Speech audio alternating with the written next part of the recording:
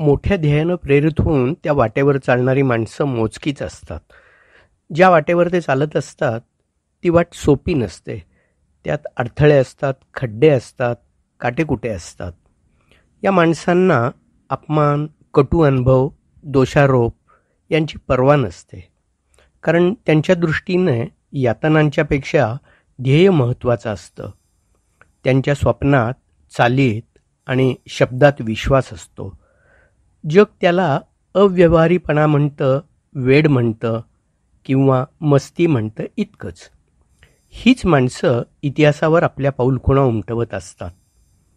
समर्थ रामदास, सावरकर कुटुंब, चाफेकर बंधू, भगतसिंग, राजगुरू, नेताजी सुभाषचंद्र, भारतरत्न अण्णासाहेब कर्वे, महात्मा ज्योतिबा फुले, किती किती किती नावं सांगू.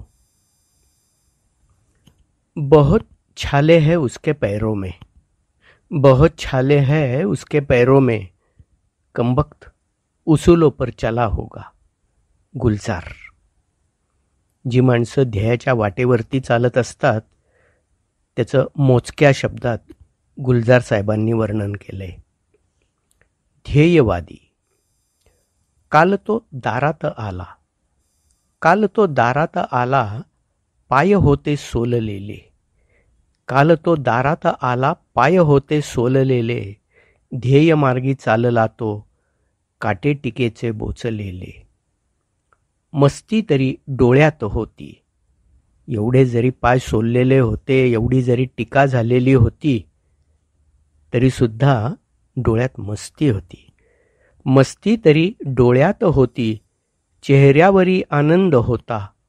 हृदयात जपले स्वप्न मोठे, शब्दात त्या विश्वास होता.